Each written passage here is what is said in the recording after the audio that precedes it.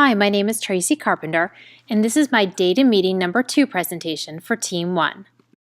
The goal of Data Meeting 2 is to triangulate data, or triangulate sources of data.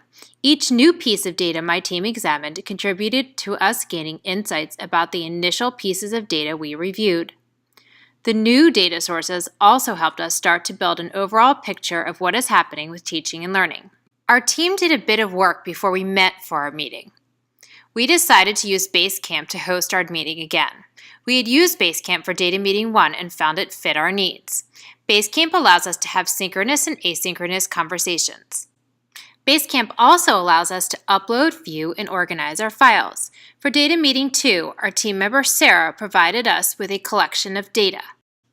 Before Data Meeting number 2, we went back and reviewed the notes from Data Meeting number 1. We reviewed the notice and wonder statements, and we also tweaked the exploratory question.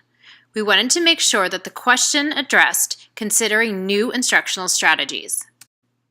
The data our group is working with is from a pre-K class in DCPS. The data sources address a standard in the language and literacy domain.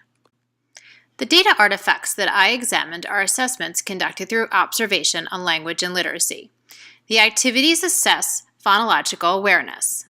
The first activity I examined was rhyming riddles, an activity conducted in small groups. This activity assesses students on noticing and discriminating rhyme.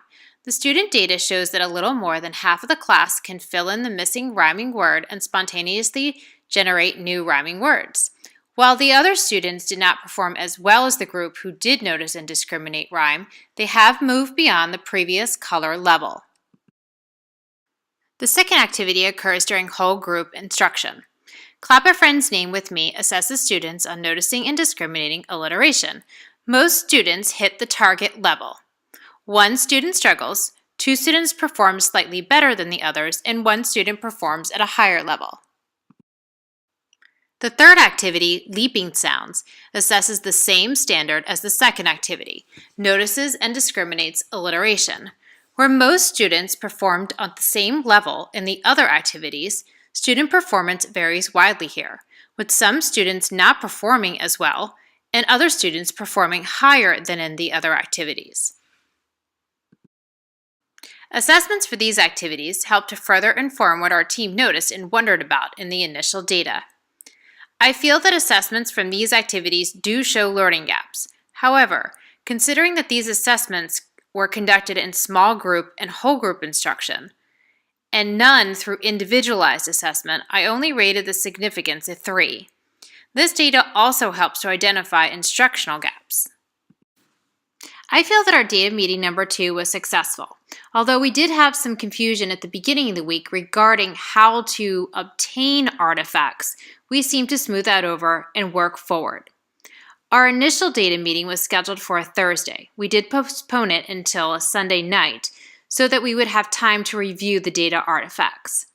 This week, I helped my group by contributing the data summary. I participated heavily during the week, and I also found some additional resources for us to look at.